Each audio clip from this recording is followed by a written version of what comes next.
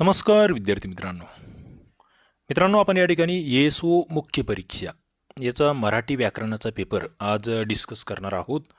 PSI STI येसओ याचा जो आपण कोर्स आपले STI RCP या ॲप्लिकेशनला पब्लिश केलेला आहे, या अंतर्गत हे सगळे व्हिडिओ लेक्चर्स आपण बघत आहात. याच्या आधी आपण PSI मुख्य परीक्षा पेपर 1 पेपर 2 2019 पासून मागील सगळे पेपर्स, STIचे सुद्धा पेपर 1 पेपर 2 बघितलेले आहे. आता येसओचे पेपर 1 पेपर 2 आपण बघतो आहोत.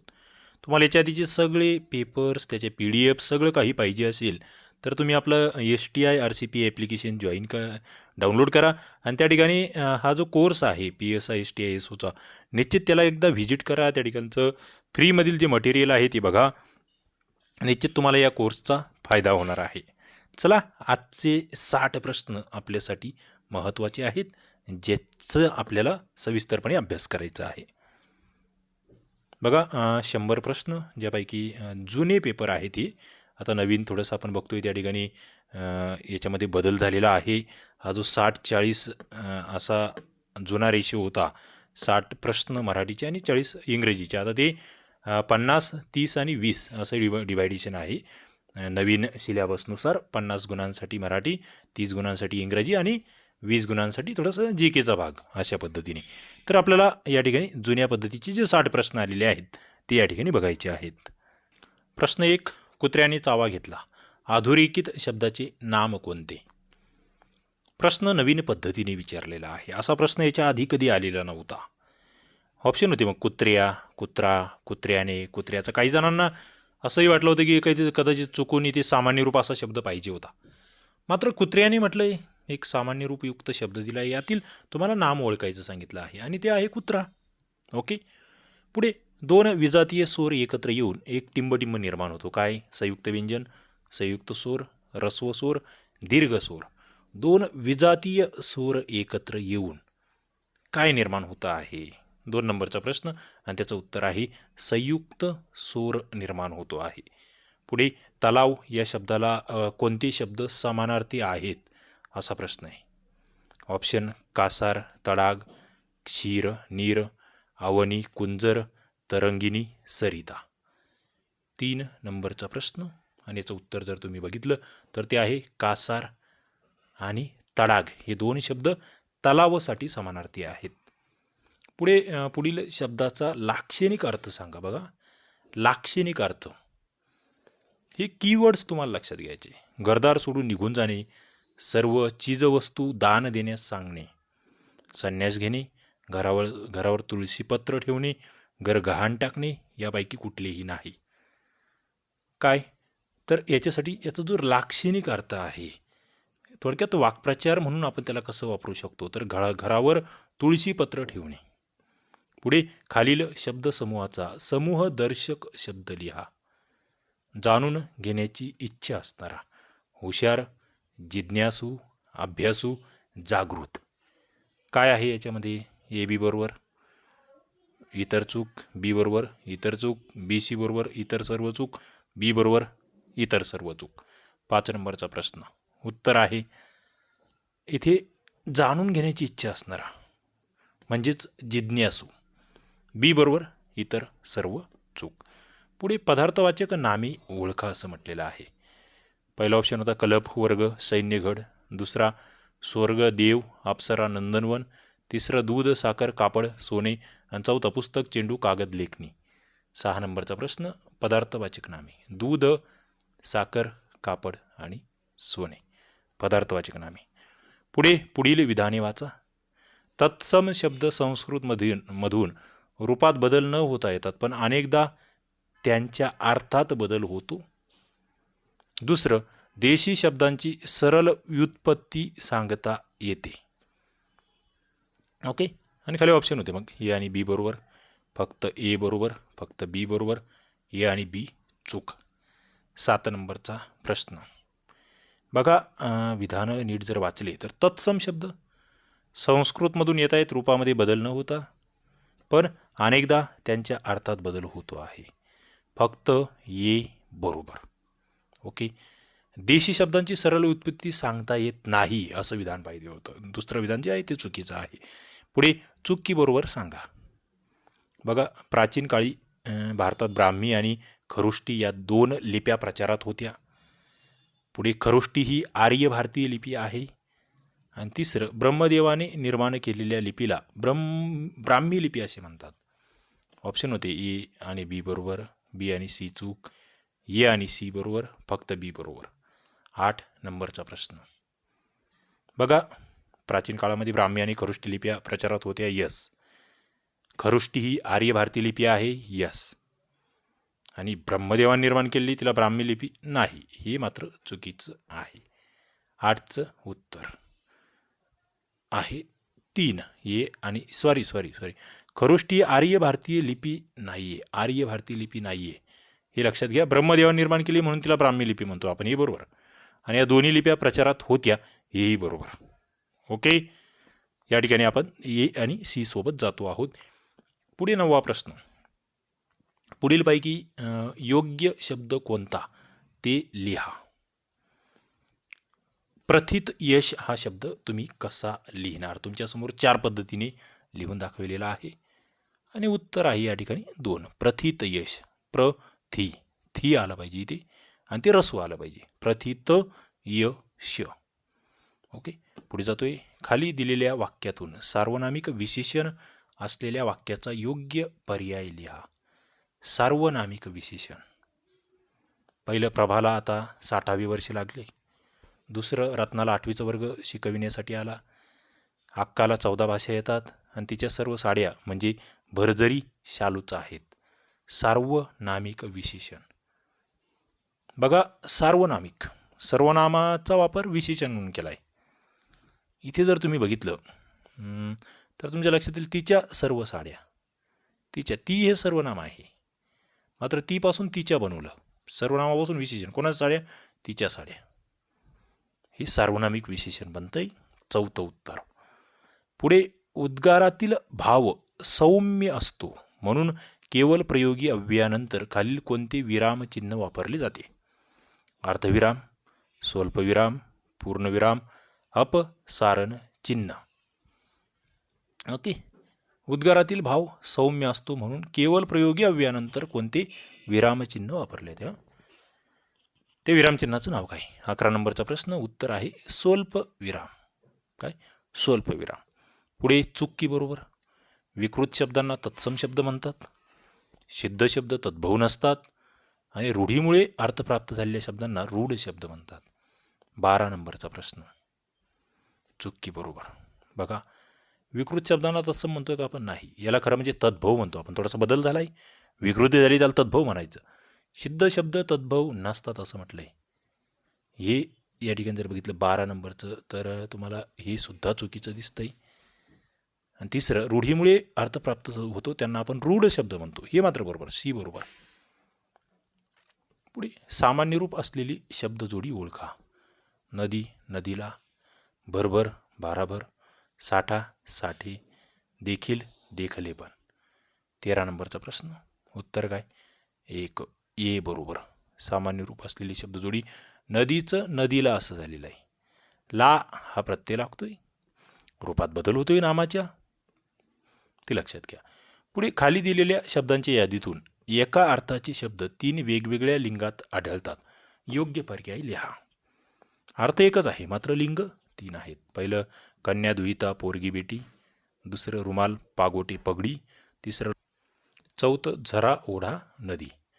14 नंबरचा प्रश्न जर बघितला तुमच्या लक्षात येईल की रुमाल, तो रुमाल, ते पागोटे, ती पगडी, तो, ते, ती. तिघांचा अर्थ एकच मात्र लिंग वेगळे. रुमाल पुल्लिंगी, पागोटी नपुसकलिंगी, पगडी स्त्रीलिंगी. पुढे जातोय आपण. 15वा प्रश्न. जोड्या जुळवा. दर्शक सर्वनाम, प्रश्नार्थक सर्वनाम, अनुसंबंधी सर्वनाम आणि अनिश्चित सर्वनाम. बघा, आता इथे जर बघितलं तुम्ही तर तुमच्या लक्षात येईल कोणत्या नामाचा वा पदार्थाचा बोध होत नाही. दुसरं, जवळचा वा लांबचा प्राणी दाखवतात. तिसरं, प्रश्न विचारण्याच्या कामी. आणि चौथं, एकाच वाक्यात 2 नामांना जोडून येतात. याच्यात बघा सगळ्यात सोपं काय हो, म्हणजे ज्याला काही डोकंच लावायची गरज नाही आहे, ते जर चुकत असेल तर मग फार घोळ होऊ शकतो. प्रश्नार्थक सर्वनाम प्रश्न विचारण्याच्या कामी येतात. बीचं 3, बीचं 3 म्हणजे इथे मग 2 नंबरचा ऑप्शन कट होतोय सरळ सरळ. आता कोणत्याही नामाचा पदार्थाचा बोध होत नाही. आता जर होत नाही तर ते अनिश्चित आहे. डीचं 1 येत असेल तर मग आपण 1 आणि 4ला हे करतोय, कट करतोय. आणखी आपल्याला पुढे जाऊन बघायचं आहे जवळचा आणि लांबचा प्राणी दाखवतात किंवा पदार्थ दाखवतात दर्शक. येचं आपण या ठिकाणी 2 केलं, येचं 2 येतं आहे. ओके. अनुसंबंधी आपण एकाच वाक्यात 2 नामांना जोडून येतात. सीचं 4 करतोय आपण. ओके. म्हणजे या ठिकाणी 15चं उत्तर काय येतं आहे 3 येतं. 15चं उत्तर जर या ठिकाणी बघितलं 3 येतं आहे. ओके. पुढे जातोय मी. पुढील विधाने वाचा. कर्मणी प्रयोगात कर्म प्रथमेचे असते. कर्मणी प्रयोगात क्रियापद सकर्मक असते. ती अभ्यास करते हे भावी प्रयोगाचे उदाहरण आहे. काय? ए आणि बी चूक, ए आणि बी बरोबर, ए आणि सी बरोबर, बी आणि सी चूक. 16 नंबरचा प्रश्न या ठिकाणी तुमच्या समोर आहे. बघा, कर्मणी प्रयोगामध्ये कर्म प्रथमेचे असते. यस, बरोबर आहे. आणि कर्मणी प्रयोगामध्ये क्रियापद हे सकर्मकच असते. हा फार महत्त्वाचा मुद्दा आहे. कर्मणी म्हणजे सकर्मकच असलं पाहिजे क्रियापद. पहिले दोन्ही विधानं बरोबर आहे. मात्र ती अभ्यास करते. भावी प्रयोग आहे का? नाही. कोणता प्रयोग आहे ती अभ्यास करते म्हणजे मला एकदा सांगा, निश्चित सांगा. पुढे जातोय मी. कुणी कोडे माझे उकलील का? या वाक्याची होकारार्थी वाक्य करा. माझे कोडे कोणी उकलणार नाही, माझी कोडी सगळी उकलणार, माझी कोडी मी उकलणार, यापैकी नाही. 17 नंबरचा प्रश्न. आता इथे जर बघितलं हे नाही वालं तर येतच नाही आहे. माझी कोडी सगळी उकलणार. आता सगळी तुम्ही म्हणू शकत नाही, वाक्यात तसं म्हटलेलं नाही आहे. माझी कोडी मी उकलणार, मी म्हटलेलं नाही आहे. या ठिकाणी जर बघितलं होकारार्थी वाक्य या 3 पैकी एकही येत नाही. कुणी माझी कोडी उकलील का? महत्त्वाचा मुद्दा आहे. ओके. पुढे जातोय मी. नास्तिक, नापसंत, अनादर, अपुरा आणि अयोग्य ही पदे कोणत्या समासाची आहेत? बघा, ना, अ, नन तत्पुरुष, कर्मधारय, द्विगो, आलुक तत्पुरुष. 18 नंबरचा प्रश्न. आणि हे जर व्यवस्थित समासाचे उदाहरणं बघितली तुम्ही तर तुमच्या लक्षात येईल की नन तत्पुरुष समास. पुढे जोड्या जुळवा. नामसाधित, क्रियाविशेषणे, विशेषण साधित, धातू साधित आणि समास घटित. बघा, व्यवस्थित जर या ठिकाणी तुम्ही बघितलं तर तुमच्या लक्षात काय येतं आहे? नामसाधित. नामसाधितमध्ये सकाळी, सकाळपासून सकाळी बनलंय. प्रथमपासून प्रथमतः बनलंय, नामसाधित. पुढे विशेषण साधितमध्ये बघा, मोठेपासून मोठ्याने, सर्वपासून सर्वत्र.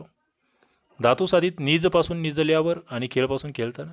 समास घटित शब्द डायरेक्टली बघा, दररोज, शास्त्रदृष्ट्या. उत्तर काय येतं आहे? 19चं उत्तर येतं आहे 1. पुढे जातो मी.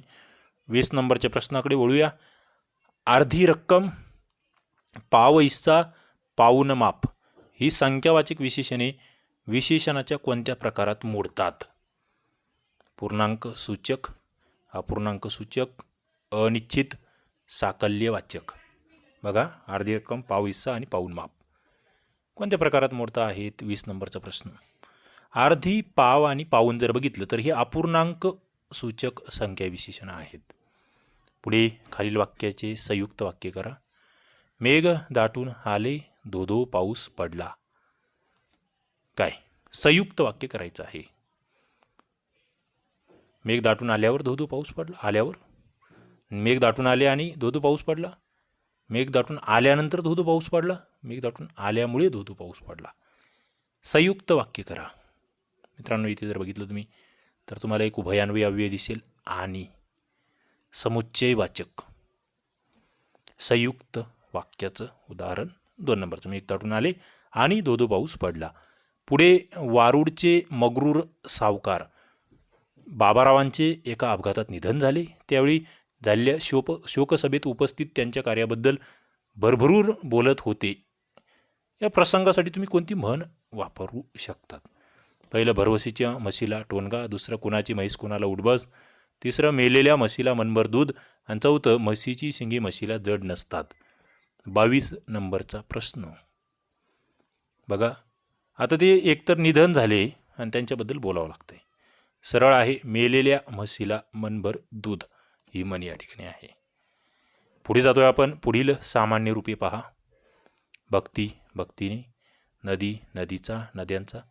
बी, बियांचा. पेटी, पेटीत. दास, दासी, दासीला, दासींचा. या सामान्य रूपामागे कोणता नियम आहे? एमध्ये म्हटलं आहे इकारांत स्त्रीलिंगी नावांचे सामान्य रूप होताना मूळ शब्दात कोणताच बदल होत नाही. दुसरं, इकारांत स्त्रीलिंग नामाचे सामान्य रूप एकवचनामध्ये इकारांत आणि अनेक वचनामध्ये इकारांत व यकारांत असे होते. काही आकारांत स्त्रीलिंगी नामाची सामान्य रूपे इकारांतच होतात. कोणता नियम आहे? वरती तुम्हाला एकतर उदाहरणं दिलेली आहेत ऑलरेडी. ओके, म्हणजे भक्ती, बी, दासी सगळ्या ठिकाणी तुम्ही बघताय इकारांत इकारांत इकारांत. मग याच्यावरून तुम्हाला नियम हे केले आणि कोणते नियम योग्य आहेत ते ओळखायला सांगितलेलं आहे. आता इथे हा प्रश्न आयोगाला रद्द करावा लागलेला आहे. आता इथे जर बघितलं तुम्ही भक्तीने, नदी, नदीचा म्हणजे इकारांतच राहत होतं, थोडक्यात कोणताच बदल होत नव्हता. इथे बीचं ईचं या झालं होतं, इथे ईचं ईच राहिलं होतं, म्हणजे ईचं काही ठिकाणी याकारांतही होऊ शकतं असंही होतं आणि काही ठिकाणी बदलच होत नव्हता. पुन्हा एकदा ओके, एकारांतच होतात, आकारांतच. ते आकारांतचा तो नियमच इथे नव्हता. ऑप्शनमध्ये काहीतरी घोळ, त्यामुळे हा प्रश्न रद्द करावा लागलेला आहे. पुढे पण, परंतु, परी, किंतु, तरी हे शब्द उभयान्वयी अव्ययांच्या कोणत्या प्रकारातील आहे? बघा, इंटरेस्टिंग आहे. मला वाटतं एकदम सोपा प्रश्न आहे. विकल्पबोधक, परिणामबोधक, न्यूनत्वबोधक, उद्देशबोधक. 24 नंबरचा प्रश्न काय येईल? पण, परंतु, परी, मरावे परी, कीर्तिरूपी उरावे. सरळ आहे, न्यूनत्वबोधक. मित्रांनो, मराठी व्याकरण तुम्हाला PSI, STI, SO, सरळ सेवा, पोलीस भरती सगळ्याच ठिकाणी अत्यंत उपयुक्त आहे. आणि तुम्ही वरील आता जे उल्लेख केले मी परीक्षा, कोणत्याही परीक्षेचा अभ्यास करत असाल तर तुमच्यासाठी मराठी व्याकरणाचे सगळे व्हिडिओज आपल्या STI RCP ॲप्लिकेशनला उपलब्ध आहे. मराठी व्याकरणाचाही स्वतंत्र कोर्स इथे अवेलेबल आहे. निश्चित तुम्ही तो घेऊ शकता. त्यातील सगळ्या PDFs, ई-बुक्स, सगळे व्हिडिओज तुम्हाला या ठिकाणी निश्चित आउट ऑफ मार्क्सपर्यंत घेऊन जातील, यात कोणतीही शंका नाही. पुढे जातोय आपण. 25 नंबरचा प्रश्न. अभिषेक खेळत होता आणि तो पडला. वाक्याचा प्रकार सांगा. केवल, मिश्र, संयुक्त, साधे. काय? ए आणि सी बरोबर, बाकी सर्व चूक. बी आणि डी बरोबर, बाकी सर्व चूक. फक्त सी बरोबर, बाकी सर्व चूक. फक्त बी बरोबर, बाकी सर्व चूक. 25 नंबरचा प्रश्न या ठिकाणी आपण बघतो आहोत. बघा, इथे जर तुम्ही व्यवस्थित लक्ष दिलं तर आणीने वाक्य जोडलं गेलं आहे. आणि आला म्हणजे काय, आपण आत्ताच वरती बघितलं, संयुक्त वाक्याचा प्रकार असतो तो. आणि मग उत्तर येतं फक्त सी बरोबर, बाकी सर्व चूक. पुढे जातो मी. परकीय भाषा आणि त्या भाषेतून मराठी भाषेत आलेली शब्द. इंग्रजी, पोर्तुगीज, फारशी आणि अरबी भाषा. आता इथे जर तुम्ही बघितलं तर तुमच्या काय लक्षात येतं? हे सगळ्यात सोपं. आपण जाऊया इंग्रजीकडे. बस मला असं वाटतं की इकडे बघा तुम्ही, तुमच्या लक्षात येईल पेट्रोल, मोटर, ड्रायव्हर, कंडक्टर. हे इंग्रजी शब्द हे कोणालाही लक्षात येईल. एकदम सोपा कसा करायचा हा प्रश्न. येचं 4 तुमचं पहिलं, येचं 4. मग तर तुमच्यापेक्षा आयोग त्या ठिकाणी हुशार आहे, हे तुम्हाला लक्षात घ्यावं लागेल. म्हणजे येचं 4 देऊन टाकलं. एवढं सोपं हे सगळ्यांनाच कळतं. ओके, मात्र पुढे हे जे नावं असतात ना विविध पदार्थांचे, आपण बघितलं बटाटा, हापूस, फणस वगैरे, हे नावं कशाचे असतात? तुम्ही थोडासा विचार जर केला तर तुमच्या ते लक्षात येतील की हे पोर्तुगीज भाषेमधील नावं असतात ही. म्हणून बीचं मात्र 3 उत्तर येतं आहे. काय? बीचं उत्तर काय येतं आहे? 3 येतं आहे. मग बीचं 3 असेल तर आमचं 1 आणि 2 नंबरचं ऑप्शन तर कट झाला. आता मग तिसऱ्या ऑप्शनमध्ये सीचं 2 दिलं आहे, त्याच्यानंतर याचं 1 दिलं आहे. बघूया आपण फारसी भाषेमध्ये कोणती शब्द आहेत. ती फारसी आणि अरबी फार गोंधळ करणारे आहेत. मात्र अर्ज शब्द हा आपण चांगला लक्षात ठेवलेला असतो. अर्ज शब्द चांगला लक्षात ठेवलेला असतो आपण. आणि मग जर बघितलं फारसी शब्द, अर्ज अरबी नाही आहे, लक्षात घ्या. फारसीमध्ये अर्ज आहे, साहेब आहे, मंजूर आहे, इनाम आहे.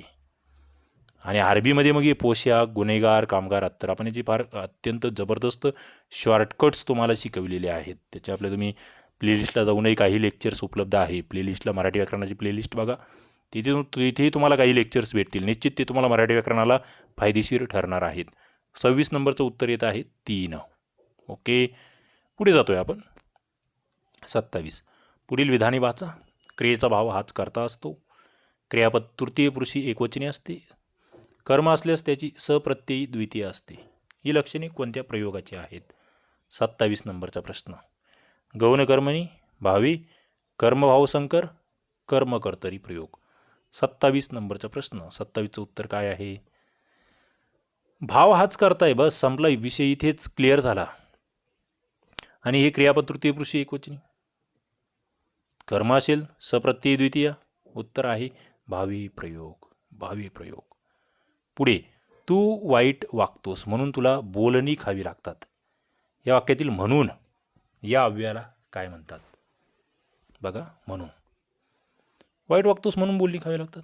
परिणामबोधक, विकल्पबोधक, न्यूनत्वबोधक, कारकबोधक. काय आहे? उत्तर आहे परिणामबोधक उभयान्वयी अव्यय. पुढे जातोय मी. 29 नंबरचा प्रश्न. मी उद्या पुण्यास पोहोचेन. या वाक्यातील विधेय ओळखा. बघा, मी उद्या पुण्यास पोहोचेन. मी उद्या पुण्यास आणि पोहोचेन. विधेय ओळखा म्हणून सांगितलेलं आहे. 29 नंबरचा प्रश्न. विधेय म्हणजे थोडक्यात क्रियापद. उत्तर आहे पोहोचेन. 4 नंबरचा. पुढे 30 नंबरचा प्रश्न. आडवाट, पडछाया, प्रतिदिन, भरजरी हे शब्द मराठी व्याकरणामध्ये काय म्हणून ओळखले जातात? उपसर्ग साधित, तद्धित, प्रत्ययघटित, अनुकरण वाचक. आड, पड, प्रति, भर सुरुवातीला आलेला आहे. यांना तुम्ही काय म्हणणार आहात? 30 नंबरचा प्रश्न. उपसर्ग आहे ती काय? यांना उपसर्ग साधित शब्द असं आपण म्हणतो. पुढे जातोय मी 31 नंबरच्या प्रश्नाकडे. त्याने काम चांगल्या रीतीने केले असते तर नोकरी कशाला गेली असती?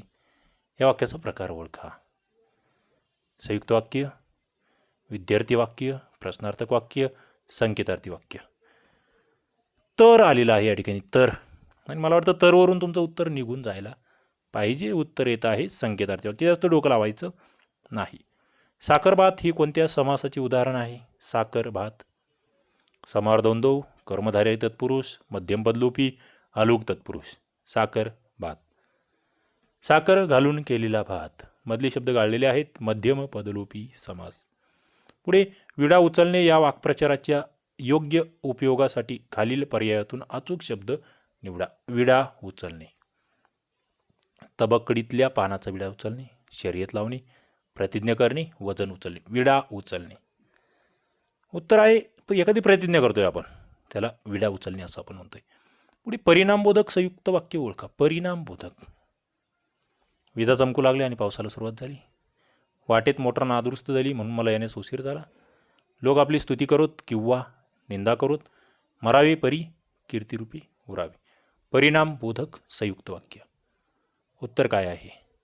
वाटेत मोटार नादुरुस्त झाली म्हणून मला येण्यास उशीर झाला. म्हणून. ओके. पुढे 35 नंबरचा प्रश्न. पुढील विधाने वाचा. मिश्र वाक्यात एक मुख्य उद्देश व एक मुख्य विधेय असते. मिश्र वाक्यातील गौण वाक्य स्वतंत्र असते आणि मिश्र वाक्यात 2 किंवा अधिक क्रियापदे असतात. मिश्र वाक्याबद्दलची ही विधाने आहेत. खाली होतं मग ए बी बरोबर, फक्त ए बरोबर, फक्त सी बरोबर, फक्त ए व सी बरोबर. 35 नंबरचा प्रश्न काय आहे?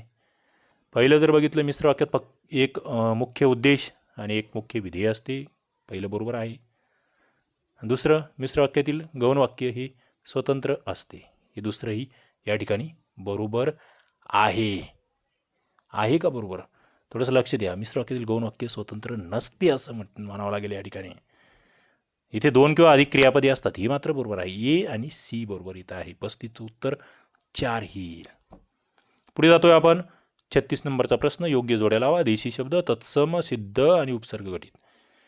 आता हे सिद्ध म्हणजे मूळचे शब्द लक्षात घ्या. देशी लक्षात घ्या. उपसर्ग घटित. आता ही तुम्हाला, मला वाटतं हा सगळ्यात सोपा राहील प्रकार. कारण इथे बघताय तुम्ही अपयश, गैरसमज, आडवाट, तुम्हाला उपसर्ग लागलेले आहेत सरळ सरळ. सिद्ध म्हणजे मुळातले. आता इथे जा, ये, दगड, गोड तुम्ही बघताय सिद्ध. तत्सम म्हणजे आपल्याला माहीत आहे संस्कृत शब्द आहेत. माता, पिता, बंधू, उत्सव. देशी शब्दांमध्ये दगड, डोंगर, गुडघा हे आपण बघतोय. 36 नंबरचं उत्तर काय येईल? जोड्या तुमच्या तयार झाल्या आहे. बघा, निरीक्षण करा. येतं आहे का?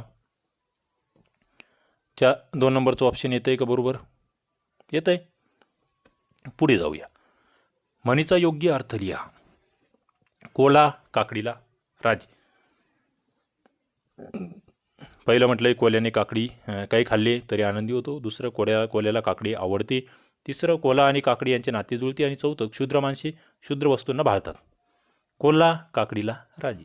वारंवार रिपीट झाली म्हण. उत्तर आहे क्षुद्र माणसे क्षुद्र वस्तूंना भाळतात.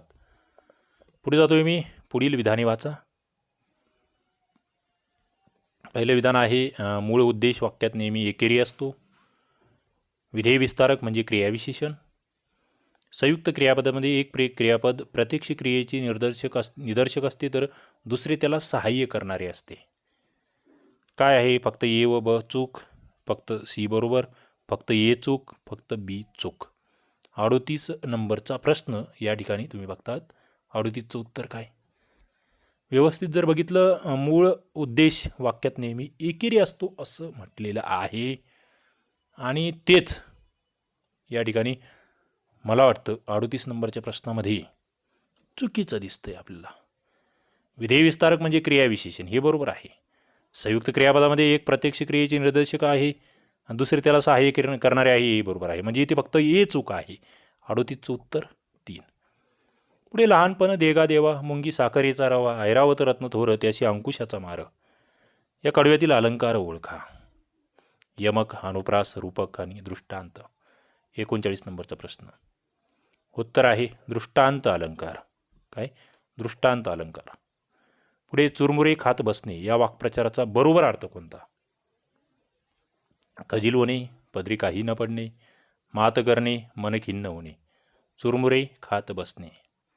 40 नंबरचा प्रश्न. खाली ए बी सी बरोबर, ए बी चूक, बी सी चूक, फक्त ए बी बरोबर. बघा, चुरमुरे खात बसणे म्हणजे खजील होणे आपण म्हणू शकतो. पदरी काही न पडणे असंही आपण म्हणू शकतो. मात करणे किंवा मन खिन्न होणे हे काही या ठिकाणी योग्य वाटत नाही. 40 नंबरचा प्रश्न. उत्तर 4 येईल. ए आणि बी बरोबर. पुढे गुळगुळीत या शब्दाचा विरुद्धार्थी शब्द ओळखा. बघा, गुळगुळीत. रेखीव, ओबडधोबड, पारदर्शी, खरखरीत. 41 नंबरचा प्रश्न. उत्तर आहे खरखरीत. पुढे गाडी फार वेगाने आली या वाक्याचे उद्गारार्थी रूपांतर ओळखा.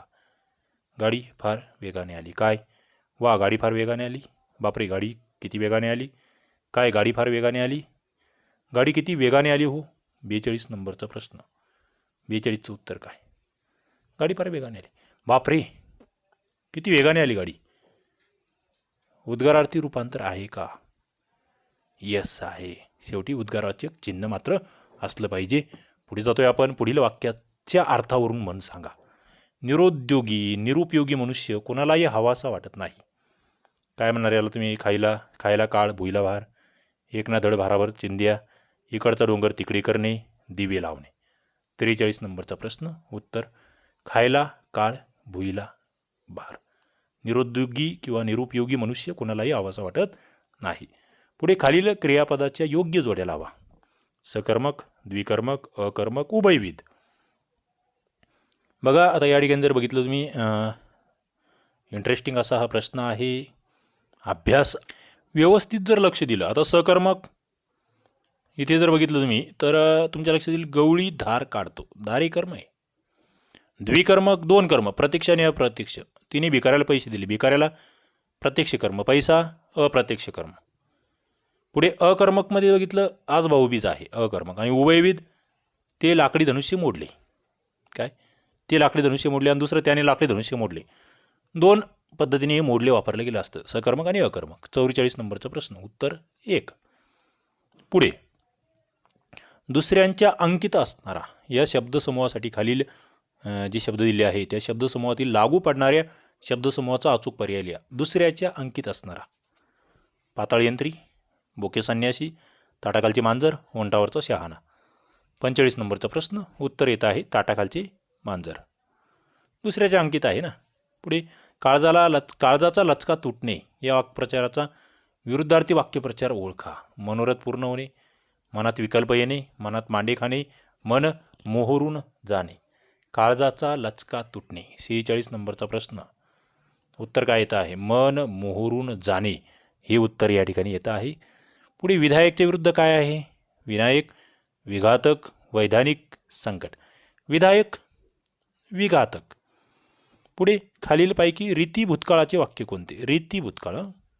भूतकाळात सतत घडत राहत होती क्रिया असं म्हणूया आपण. तो रोज व्यायाम करत असतो, तो रोज व्यायाम करतो, तो रोज व्यायाम करत होता, तो रोज व्यायाम करत असे. तुम्हाला भूतकाळ म्हटलं म्हणजे पहिलं आणि दुसरं तर तुम्ही सरळ कट करताय, तिसऱ्या आणि चौथ्यामध्ये गोळ होऊ शकतो. मात्र भूतकाळात आहे, तो रोज व्यायाम करत असे असं तुम्ही म्हणणार आहात, रीती आहे. ओके. पुढे अण्णा, आप्पा, अक्का, ताई हे शब्द कोणत्या भाषेतून मराठीत आले? बघा, हे असे जे नामसंबोधन म्हणतो ना आपण, याची तुम्हाला ती ट्रिकही मी सांगितलेली होती. तेलगू, तमिळी, कानडी आणि गुजराती लक्षात ठेवायचं आहे. इथे कानडी शब्द आहे, ती अण्णा, आप्पा, अक्का, ताई आपण जे आपल्या घरच्यांना संबोधन वापरतो बऱ्यापैकी. पुढे खालील म्हणींसाठी विरुद्धार्थी म्हणून ओळखा. झाडाला लागले कानवले आणि आडाला लागले गुळवणी. विरुद्धार्थी म्हण. पहिलं म्हटलंय मनात मनोरे, पुढे ताटकोरे, हा सूर्य, हा जयद्रथ, भ्रमाचा भास आणि हिंगाचा भास, भरवशाचा मसेला टोनगा. 50 नंबरचा प्रश्न. उत्तर काय? झाडाला लागले कानवले आणि आडाला लागले गुळवणी. विरुद्धार्थी म्हण. उत्तर आहे हा सूर्य, हा जयद्रथ. ही विरुद्धार्थी म्हण आहे. ओके. पुढे अर्ज हा शब्द मराठीत कोणत्या भाषेतून आला? कानडी, फारसी, अरबी, हिंदी. तुम्हाला सांगितलं मी अरबी लक्षात, अर्जचं अरबी नाही आहे, ती विरुद्धार्थी सेन्स ती लक्षात घ्या. बस असं काही करावं लागतं. 51 नंबरचा प्रश्न की अर्ज अरबी आहे, महत्त्वाचा मुद्दा आहे. आपण वरती बघितलं होतं. कानडी तुम्ही पाहिले, फारसी पाहिले, हिंदी पाहिले, अर्ज अरबी, अर्ज अरबी. 51 नंबरचा प्रश्न. उत्तर आहे 3. अर्ज हा अरबी शब्द आहे, लक्षात घ्या. ओके. 51चं उत्तर 3. पुढे जातोय आपण 52 नंबरच्या प्रश्नाकडे. गोड या शब्दाचे भावचक नाम कोणते? गोड, गोडवा, गोड, मधुर, रसाळ. उत्तर आहे गोड, गोडवा. पुढे आपली पाठ आपणास दिसत नाही या वाक्यातील ध्वन्यर्थ पुढील पर्यायातून निवडा. एकाचे दुसऱ्याशी न जमणे, आपल्या भावाची कृत्य आपणास समजत नाही, आपले सगळे सोयरे आपल्याला ओळखत नाही, स्वतःचे दोष स्वतःला दिसत नाही. 53चं उत्तर काय? 4. स्वतःचे दोष जे आहेत ती स्वतःला दिसत नाही. पुढे खालील उदाहरणातून प्रत्यय साधित शब्द ओळखा. प्रत्यय उपसर्ग सुरुवातीला आहे, प्रत्यय नंतर आहे. झगडा, कल्पना, ठेचा, बेगुमान, दररोज, कमजोर, संयोग, संगती, संकल्प, अनुस्वार, पराकाष्ठ, निरंतर. 54 नंबरचा प्रश्न काय? 54. उत्तर येणार आहे झगडा, कल्पना आणि ठेचा. आ. 1 नंबर प्रत्यय साधित. पुढे प्रसंग दिलाय आणि म्हण ओळखायची सांगितली. मुलीचं लग्न म्हटलं, आपले दोघे भाऊ आहेत, आपल्या वाडीची खंबीर, वाहन सामान उधारीवर घ्यायचं तर दुकानदारही आपलाच, झालेच तर काही कमी जास्त लागलं सवरलं तर आपले मित्रही हात देणारे आहेत, पण ऐनवेळी यातल्या एकाचाही उपयोग झाला नाही. म्हणतात ना, एक ना धड भारावर चिंध्या, दामकरी काम, बिवी करी सलाम, नाचता येईना अंगणवाकडी, सारा गाव मामाचा एक नाही कामाचा. 55. उत्तर 4. सगळे आहे पण कामाचं कोणी नाही. पुढे तुम्हाला एक उतारा दिला आहे, तुम्ही निश्चित याचा स्क्रीनशॉट घेऊ शकतात, पॉज करू शकतात आणि वाचू शकतात. निश्चित वाचावं माझं म्हणणं आहे. उतारा 2-5 मिनटं लागतील, वाचला पाहिजे. ओके. कारण की वाचल्यामुळे काय होईल तुम्हाला कळेल कशा पद्धतीचे उतारे विचारले जातात आणि त्यावर कशा पद्धतीचे प्रश्न येतात. बघा प्रश्न काय आहे. माटींची शांते ही हाक शांताबाईंना कशी वाटे, त्या ठिकाणी त्याच्या मागचा भाव विचारलेला आहे. त्यांना माटेंना शांताबाईकडून कोणत्या प्रकारचे काव्य हवे होते. पुढे माट्यांना कशाचा आनंद वाटत होता. बघा प्रश्नाची ही कशी आहे, म्हणजे टोनिंग कसं आहे, संबंध अधिक दृढ कधी झाले त्यांचे, पुढे माट्यांनी नेमकं काय दिलं शांताबाईंना, अशा पद्धतीचे प्रश्न आहेत. ओके. याच्यावरील उतार्यावरील प्रश्न. मित्रांनो, निश्चित तुम्हाला हे प्रश्न आणि याचं ॲनालिसिस आवडलं असेल. एखादा प्रश्न सांगताना काही चूक भूल झाली असेल, निश्चित कमेंट बॉक्समध्ये नोंदवा. त्यामध्ये आपण सुधारणा करत चालू पुढच्या लेक्चर्समध्ये. चला, हे व्हिडिओज बघत राहा. नवीन असाल चॅनलला सबस्क्राईब करून ठेवा, कारण की PSI STI ASO आणि राज्यसेवा याचे पूर्व आणि मुख्य परीक्षेचे सर्व पेपर्स ज्याचं ॲनालिसिस तुम्हाला भेटणार आहे ते फक्त आपल्या STI RCP ॲप्लिकेशनला आणि आपलं जे रोहिदास चोंदे पाटील GST इन्स्पेक्टर हे यूट्यूब चॅनल आहे, या ठिकाणी तुम्हाला सगळे प्रिय आणि मुख्यचे पेपर ॲनालिसिस करून भेटणार आहेत. तर येथे आपण थांबूया. धन्यवाद.